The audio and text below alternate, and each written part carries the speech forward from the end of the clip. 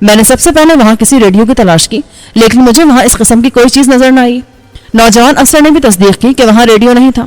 مجھے تعجب ہوا کہ ایک پولیس چوکی کو ریڈیو جیسی لازمی چیز نہیں دی گئی ہے، لیکن ساتھ اطمینان بھی ہوا۔ اندر مناسب گرمی بھی تھی اور کھانے پینے کو بھی بہت کچھ تھا، لیکن ہم نے پہلے ان پانچوں کو چوکی میں موجود چھوٹی سی حوالات میں بند کر دیا۔ زخمی ابھی تک واویلا مچا رہا تھا۔ سادنا بھی اندر آ گئی۔ اس نے باہر رہنے سے صاف انکار کر دیا تھا اور وسیم سے کہہ رہا تھا کہ اس نے حالت جنگ میں مورچہ چھوڑ کر بہت سنگین جرم کیا ہے اور کمانڈر یعنی مجھے اختیار ہے کہ میں اسے گولی مار دوں۔ بے شک مار دے، لیکن اب مجھ سے سردی برداشت نہیں ہو رہی۔ اس طرح سے سسک کر مرنے سے بہتر ہے کہ میں ایک ہی بار مر جاؤں، اور اگر تمہیں میرا اتنا ہی خیال ہے تو تم چلے جاؤ۔ وسیم نے ڈٹائی سے کہا، باس نے تمہیں حکم دیا تھا، مجھے نہیں۔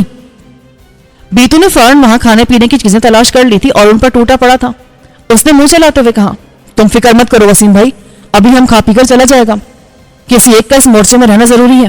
بیتو، تم ان میں سے جس کی وردی مناسب لگے وہ لے لو۔ بیتو نے یہی کیا۔ ہم بے فکری سے کھا پی رہے تھے۔ میرا ارادہ تو یہاں سے جلدی نکلنے کا تھا، لیکن سادنا نے التجا کی، پلیز کچھ دیر کے لیے یہاں رک جاتے ہیں نا؟ اور اگر اس دوران کوئی پولیس پارٹی آ گئی تو؟ وہ تو لازمی آئے گی، ان لوگوں کی ڈیوٹیاں بھی تو چینج ہوتی رہتی ہیں۔ میں سوچ رہا تھا کہ ہمیں کچھ تیاری کر کے رکھنا چاہیے۔ میں حوالات کی طرف آیا اور پولیس والوں سے ان کی وردیاں طلب کی۔ وہ مجبور تھے، اس لیے انہوں نے وردیاں اتار کر دے دی۔ میں نے وہاں موجود کچھ پرانے کپڑے اور کچھ اپنے کپڑے ان لوگوں کو دے دیے۔ افسر کی وردی مجھے کسی قدر تنگی کے ساتھ آ گئی۔ وسیم اور سادنا کو بھی وردی آ گئی۔ سادنا کو سب سے چھوٹی وردی دی گئی، لیکن وہ بھی اسے اتنی بڑی تھی کہ اس کے جسم پر جھول رہی تھی۔ اس کا حلیہ دیکھ کر ہم سب ہنس پڑے۔ سادنا کھسیا کر ہنسنے لگی۔ اب ہم کچھ دیر اس خطرے کی بنا پر یہاں رہ سکتے تھے، کوئی پولیس پارٹی آ گئی تو فوراً ہم پر دھاوا بول دے۔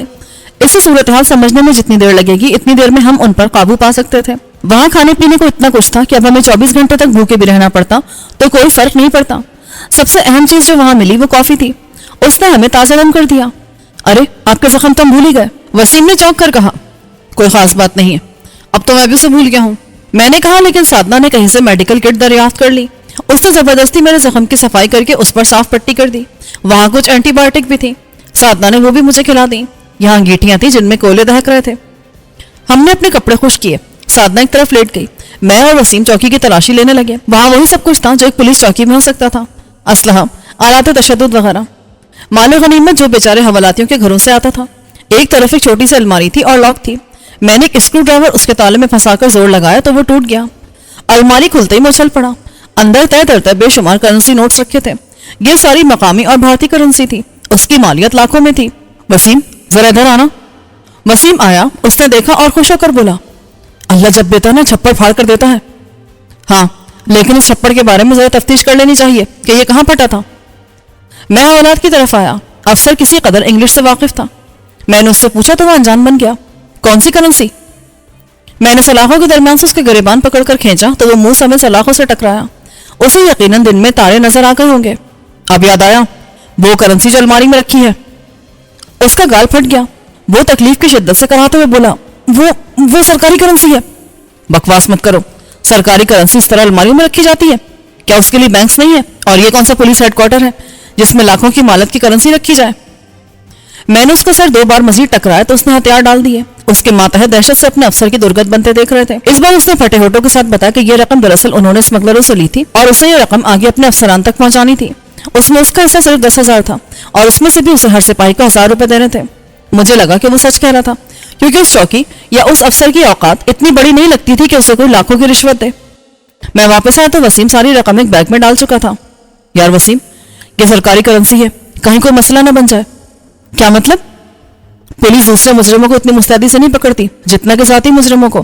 اکثر مجرم اسی وجہ سے پکڑے جاتے ہیں کہ وہ ان کا حصہ دینے میں ڈنڈی مار جاتے ہیں۔ ہم ان کے ساتھ جو کر چکے ہیں، کیا اس کے بعد یہ ہمیں آسانی سے چھوڑ دیں گے؟ نہیں جناب، یہ پوری شدومت سے ہمیں تلاش کریں گے، اس لیے رقم ساتھ لے جانے سے کوئی فرق نہیں پڑے گا اور ہم اس کے زیادہ مستحق ہیں۔ اسی لمحے دروازے پہ دستک ہوئی۔ بیتو اندر آیا۔ اس نے اجرت میں کہا، جس طرف سے ہم آئے تھے اس طرف سے 2 پولیس والے ایک آدمی کو لے کر آ رہے ہیں، ابھی وہ دور ہے، تم لوگ ہوشیار رہنا۔ بیتو ہی کہہ کر چلا گیا۔ میں نے سادنا کو ہوشیار کیا۔ اس نے اپنا چہرہ فوراً ٹوپی تلے چھپا لیا۔ اس کی زلفیں بمشکل ٹوپی میں سمائی تھی۔ اس کے چہرے اور ہاتھ پیروں کی نرمی دیکھنے والوں کو اپنی طرف متوجہ کر رہی تھی۔ تمہارے لیے بہتر ہے کہ تم کہیں چھپ جاؤ، میں نے اسے کہا۔ اس چوکی میں جگہ کم تھی، لیکن ہم نے سادنا کو ایک میز کے پیچھے چھپا ہی دیا۔ ساری کھڑکیاں اندر سے بند کر لی، صرف ایک کھڑکی ذرا سی کھلی چھوڑ دی۔ میرا اندازہ تھا کہ وہ اسی طرف سے گزر کر چوکی کے داخلی دروازے کی طرف آئیں گے۔ لیکن وہ دوسری طرف سے آئے. اصل میں حفاظتی نقطہ نظر سے چوکی کی عمارت کے چاروں طرف کھلی جگہ چھوڑ دی گئی تھی تاکہ کوئی چھپ کر یہاں تک نہ آ جائے. دستک ہوئی تو وسیم نے سامنے والی کھڑکی سے باہر جھانکا. میں نے اس کی ہلکی سی آواز سنی. باپ رے, کیا ہوا؟ وسیم نے سرگوشی میں بتایا. باہر وہی خبیث ہے 2 سپاہیوں کے ساتھ, منا بھائی.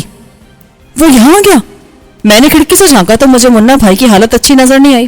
اس کی بائیں آنکھ سوجن کی وجہ سے بند تھی اور دائیں کمزوری کی وجہ سے. ہاتھ پیروں پر بھی چوٹوں کے نشانات تھے اور خون کے بھی. وہ بڑی مشکل سے کھڑا ہوا تھا. میں نے اشارہ کیا اور وسیم نے دروازہ کھول دیا. منا بھائی کو فوراً دبوچ کر وہ اندر لے گیا اور میں چوکی کے دروازے پر جم گیا. میں نے انگریزی میں غرا کر کہا, کیا بات ہے؟ جواب میں سپاہی نے دانت نکال کر مقامی زبان میں کوئی جواب دیا جو میرے فرشتوں کو بھی نہیں آتی تھی. میں نے افسرانہ انداز میں ہاتھ کے اشارے سے ان کو دفع ہو جانے کو کہا اور اندر آ کر دروازہ بند کر لیا. انہوں نے باہر سے کچھ فریاد کی. شاید چائے پانی مانگ رہے تھے, لیکن میں نے دروازہ نہیں کھولا اور کھڑکی کی جھلی سے ان کو دیکھتا رہا. کچھ دیر بعد وہ مایوس ہو کر چلے گئے. میں نے سکون کا سانس لیا اور منا بھائی کی طرف آیا. میرا ارادہ تو اس کے زخموں میں مزید چند زخموں کا اضافہ کرنے کا تھا, لیکن کرسی پر وہ جتنا مشکل سے بیٹھا تھا مجھے اپنا ارادہ ملتوی کرنا پڑا. اس نے ایک آنکھ کھولی اور بولا, یہ اپن کو سزا ملی ہے تمہارے ساتھ چیٹ کرنے کا. بس اتنی سی سزا ہم سب کو موت کے منہ میں بھیجنے کی؟ وسیم نے بنا کسی لحاظ کے اس کے منہ پر گھونسا مارا. حرام زادے, اگر مشین گن والے مورچے کا سپاہی پیشاب کرنے کے لیے باہر نہ گیا ہوتا نا تو اس وقت ہماری لاشیں کھٹمنڈو جا رہی ہوتی. وسیم سخت مشتعل تھا. اس نے منا بھائی کی صحیح سے مرمت لگائی تھی.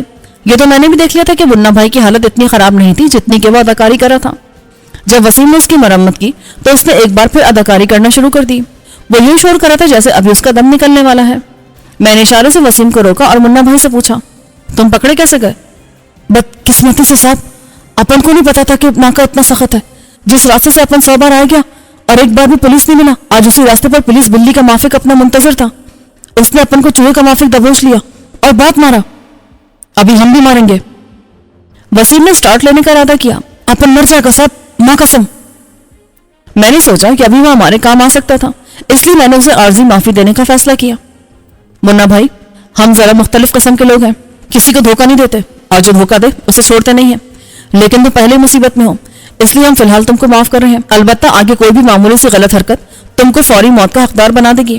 تمہیں معافی کی بھی مہلت نہیں ملے گی. ماں قسم, اب ہم ایسی کوئی حرکت نہیں کرے گا. میں نے سوچا اسے دکھا دوں کہ ہم کس قسم کے لوگ ہیں. میں نے اسے حوالات کی طرف بلایا. ان لوگوں کو دیکھو, یہ سب پولیس والے ہیں. منا بھائی کا منہ کھلے کا کھلا رہ گیا. پولیس ادھر حوالات میں؟ میں نے سر ہلایا اور انسپیکٹر سے کہا, اسے دیکھ لو, یہ ہمارا ساتھی ہے. منا بھائی انگریزی جانتا تھا کیونکہ اس نے چونک کر رحم طلب نظروں سے میری طرف دیکھا تھا, لیکن اس نے زبان سے تردید کرنے کی ضرورت نہیں کی. میں نے انسپیکٹر سے مزید کہا, ہم یہاں سے جا رہے ہیں اور تم لوگوں کو بھی جلدی کوئی نہ کوئی آ کر کھول دے گا. ہمارا پیچھا کرنے کی کوشش مت کرنا ورنہ جنگلوں میں خود مارے جاؤ گے. منا بھائی سامنے میرے ساتھ آ گیا. یہ تم نے اپن کو اپنا ساتھی کو بولا صاحب؟ تاکہ پولیس ہمارے ساتھ تمہیں بھی تلاش کرے. آگے تم نے جہاں بھی دھوکہ دینے کی کوشش کی ہمیں, وہیں ہم تمہیں پولیس کے حوالے کر دیں گے. وہ کام کیا؟ نہیں صاحب, پولیس تو اپنا انکاؤنٹر کر دے گی. ہم بھی یہی چاہتے ہیں. اگر زندہ رہنا چاہتے ہو تو ہم جو کہیں وہی کرنا. وسیم بولا, بھگوان قسم اپن وہی کرے گا. اس نے زور و شور سے یقین دلایا. میں دیکھ رہا تھا کہ وسیم اس کی طرف سے مطمئن نہیں تھا. وہ مجھے ایک طرف لے گیا. آپ اس پر اعتبار کر رہے ہیں, اس نے پہلی مروانے میں کوئی کسر نہیں چھوڑی ہے. وہ تو ٹھیک ہے, لیکن ہمیں کیسے آدمی کی ضرورت ہے جو کھٹمنڈو کو جانتا ہوں. جیسے آپ کی مرضی, لیکن کسی بھی وقت اس پر اعتماد مت کیجیے گا. وہ تو ظاہر ہے ہم اسے کسی قیدی کی طرح اپنے ساتھ رکھیں گے. اسی وجہ سے میں نے اسے پولیس والوں کے سامنے اپنا ساتھی ظاہر کیا ہے. اس نے کوئی بدماشی کی تو اسے پولیس کے حوالے کر دیں گے. سادنا ہمارے پاس آ گئی. کسے پولیس کے حوالے کر رہے ہو؟ اسے. وسیم نے منا بھائی کی طرف اشارہ کیا. اسے پولیس کے حوالے کرنے کے بجائے گولی مار دینی چاہیے. منا بھائی نے سن لیا. اے بہن, تم اتنا ظالم ہے. بہن کے بھائی, تم نے کون سی کمی چھوڑی تھی؟ ماں قسم اب اپن کوئی حرامی پن نہیں کرے گا. میں تمہیں حرامی پن کرنے سے نہیں روک رہا, لیکن اس بار تم پچھتانے کے لیے زندہ نہیں رہو گے. میں نے سرد لہجے میں کہا. ہم نے تیاری پکڑ لی. اگرچہ سبھی گزشتہ 36 گھنٹے سے جاگ رہے تھے, لیکن آرام کے اس وقفے سے اور کھا پی کر ہم تازہ دم ہو گئے تھے. اب ہمارے یہاں سے نکلنا ضروری ہو گیا تھا. کوئی اور پولیس پارٹی کسی وقت بھی آ سکتی تھی اور ہم پھنس جاتے. یہ شاید کھٹمنڈو سے پہلے کی پولیس چوکی تھی. وہاں پولیس کا اسلحہ تھا اور مورچے میں LMG بھی لگی تھی, لیکن ہم نے کسی اسلحے کو ہاتھ نہ لگایا ورنہ ایک اور کیس بن جاتا. نکلنے سے پہلے سادنا اپنے اصل لباس میں آ گئی. میں, وسیم اور بیدو پولیس وردی میں تھے, جبکہ منا بھائی ہمارے پاس ایک قیدی کی صورت میں تھا. پولیس کی وردی کا فائدہ تھا, کوئی ہمیں نہیں روکتا, لیکن اس میں خطرہ تھا کہ کوئی دوسری پولیس پارٹی مل جاتی اور ہم سے الگ سلگ کی کوشش کی جاتی تو راز فاش ہو جاتا. مقامی زبان کسی حد تک صرف سادنا اور بیتو کو آتی تھی, وہ بھی ٹوٹی پھوٹی, اس لیے ہمارے کسی بھی پولیس پارٹی سے دور رہنا لازمی تھا. ہم ایک بار شہر میں داخل ہو جاتے تو دوبارہ حلیہ بدل کر پھر سے سیاح بن سکتے تھے.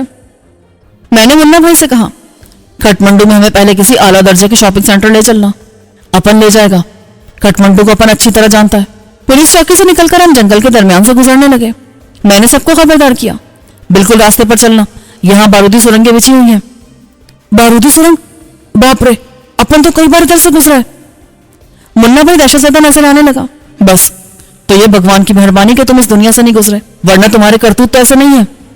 وہ تو ہے, اپن بہت حرامی آدمی ہے. بھگوان کے پاس اپن کا فریاد سننے کا بھی ٹائم نہیں ہوگا, پر جو اپن کا گھر والی ہے نا, بھگوان اس کی سنتا ہے. سادنا نے اسے گھورا. وہ بیچاری عورت گھر میں تمہاری سلامتی کے لیے دعا کرتی ہے اور تم یہاں جانا بھائی کے پاس آتے ہو. اپن بولا نا, اپن اچھا آدمی نہیں ہے. تم بمبئی سے کب نکلے؟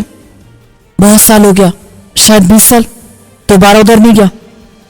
وہاں سے بھی کوئی جرم کر کے بھاگے تھے؟ وسیم نے پوچھا, لیکن منا بھائی نے جواب نہ دیا. اعتراف جرم اس کے چہرے پر لکھا تھا. ہم سب ایک قطار میں آ گئے اور زمین پر پھونک پھونک کر قدم رکھنے لگے. جنگل سے نکل کر سب نے سکون کا سانس لیا. سامنے ایک ڈھلان پر بے شمار پگڈنڈیاں کھٹمنڈو کی طرف جاتی نظر آ رہی تھیں. دن میں لوگ کھٹمنڈو کا رخ کر رہے تھے. یہ سب معمولی مزدور, دستکار, سبزیاں اور دوسرا سامان سپلائی کرنے والے تھے, جو کچھ رقم کمانے کے لیے روز کھٹمنڈو جاتے اور شام کو رقم کما کر گھر لوٹ آتے تھے. ہم بھی پگڈنڈی پر سفر کرنے لگے. یہاں مشینی ٹرانسپورٹ کا استعمال ممکن نہیں تھا, اس لیے لوگ پیدل کے علاوہ گھوڑوں, گدھوں اور خچروں پر بھی سفر کر رہے تھے. تمہیں مقامی زبان آتی ہے؟ میں نے منا بھائی سے پوچھا.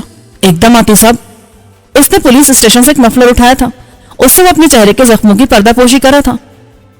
تم اس وقت تک چپ رہو گے جب تک تمہیں بولنے کی اجازت نہ دی جائے. ٹھیک ہے صاحب. اس نے مردہ لہجے میں کہا. مجھے خطرہ تھا کہ وہ کہیں کسی موقع پر کچھ بک نہ دے اور ہم مشکل میں پڑ جائیں. اگرچہ اس کی امید کم تھی. اس طرح وہ خود اپنے پیروں پر کلاڑی مارتا, مگر پھر بھی محتاط رہنا ضروری تھا. 1 گھنٹے بعد ہم شہر کی پہلی سڑک تک پہنچے تھے اور خوش قسمتی سے فوراً ایک ٹیکسی بھی نظر آ گئی تھی. یہ بھارتی ساختہ ٹیکسی تھی اور ہمارے اشارے پر فوراً رک گئی تھی. ڈرائیور نے کھڑکی کا شیشہ نیچے کیا اور مقامی زبان میں کچھ بولا. بیتو نے کہا, جانے کا پوچھ رہا ہے؟ نیکی اور پوچھ. میں نے کہا اور ہم سب ٹیکسی میں گھس گئے. سادنا آگے بیتو کے ساتھ بیٹھ گئی, جبکہ میں اور وسیم منا بھائی کو اپنے درمیان میں لے کر بیٹھے تھے. میں نے منا بھائی سے پوچھا, کھٹمنڈو کے کسی اچھے شاپنگ سینٹر کا بتاؤ. بدھ پیلس چلو. میں نے ٹیکسی والے کو بدھ پیلس چلنے کو کہا اور ٹیکسی کھٹمنڈو کی سڑکوں پر دوڑنے لگی. السلام علیکم میرے پیارے پیارے لسنرز. سب سے پہلے میں آپ سب لوگوں سے معذرت کرنا چاہوں گی کہ ایک چھوٹا سا ایپیسوڈ آپ لوگوں کے لیے بنایا ہے میں نے آج اتنے سارے دن کی چھٹی کے بعد, اور اس کی وجہ یہ کہ میری طبیعت ٹھیک نہیں ہے. میں اصل میں بقرعید کے بعد ایک ہل اسٹیشن پر گئی ہوئی تھی, تو وہاں سے جب میں واپس آئی تو مجھے واپسی میں بہت زیادہ بخار اور ویکنیس, اور آپ کو پتہ ہے بخار کے ساتھ ویکنیس ہو ہی جاتی ہے, تو میری طبیعت کافی خراب رہی اور ابھی بھی میں فلی فٹ نہیں ہوں. میں بول رہی ہوں تو میری مطلب ہمت نہیں ہو رہی کام کرنے کی. اسی وجہ سے میں عمران سیریز بھی آج نہیں ریکارڈ کری. بس میں نے آپ لوگوں کے لیے ایک چھوٹا سا اس کا ایپیسوڈ بنایا ہے 115 نمبر نا, موت کی بازی کا. تو بس دعا میں یاد رکھیے گا کہ میں جلدی سے ٹھیک ہو جاؤں, تو انشاءاللہ میں کل سے پراپر کام کروں. اپنا بہت سارا خیال رکھیے گا. انشاءاللہ پھر ملاقات ہوگی آپ سے. اللہ حافظ.